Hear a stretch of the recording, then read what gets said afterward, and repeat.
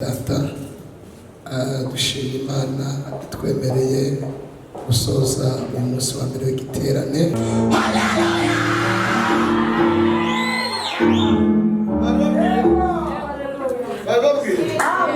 Mubaza abantu basengera hano iyo mpagurutse kuntu bijyana nuta inyuma tuzamura Imana cyubahiro cyane. Haleluya, cyane haleluya, cyane haleluya, cyane haleluya, cyane haleluya. Wirira wawuruse uremerewe birarangiye.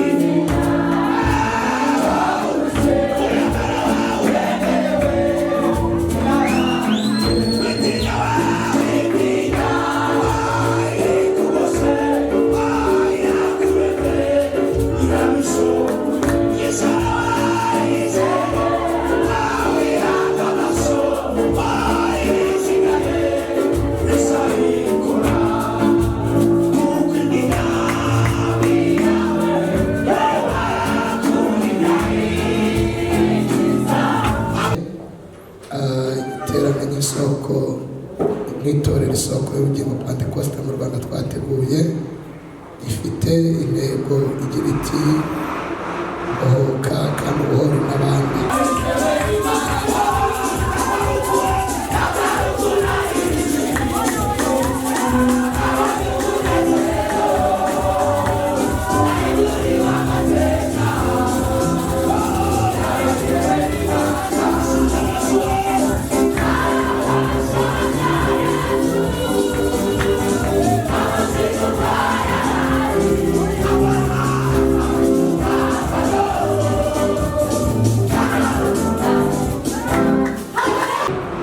Rero dushima Imana itwemereye gusoza uyu munsi wa mbere. Uyu munsi wa mbere twabonye gukora kw'Imana, twabonye imirimo n'ibitangaza by'Imana. Umuyuda mu Bayuda mubwira bibuka,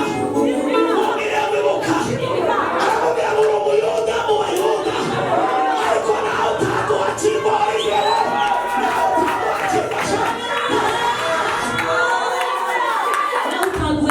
utaduhakirwa ntakizabuza Abayuda gutabara,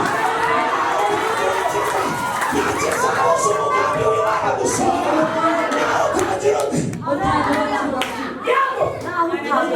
kuzamura Imana icyubahiro. Turi kushimamo wawukane kandi nakwitaho kawukanira irari yavuze ngo irangije iyi ntambara.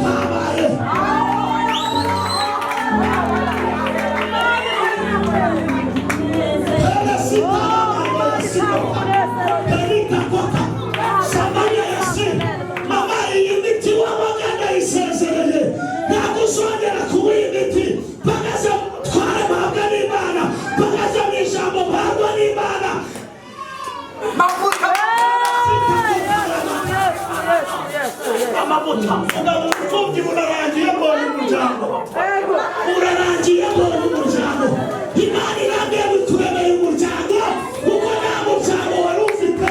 Leta kota sifa fakirinde aya mabere yawe ari magenda subira inyuma.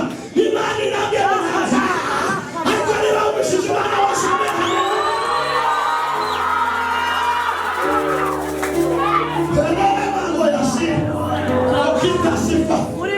ingoma uvaga mu matwi zisezereye nonaha aya majwi umugabo guhamagaranya asezereye nonaha ntabwo uzongera gucicura muremere ubuzima bw'umuhanuzi n'umupasiteri wasutswe amavuta mu izina rya Yesu.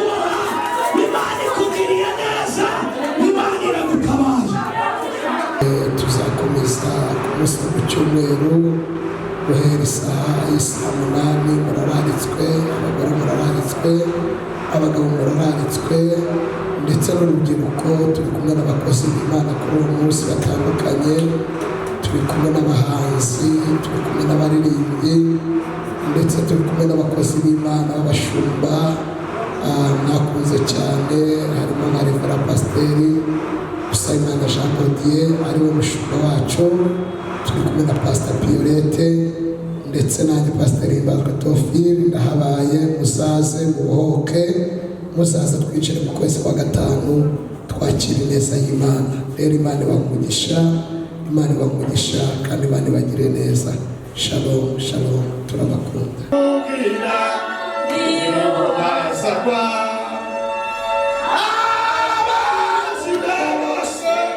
Niba mugarura mu nzira y'ishema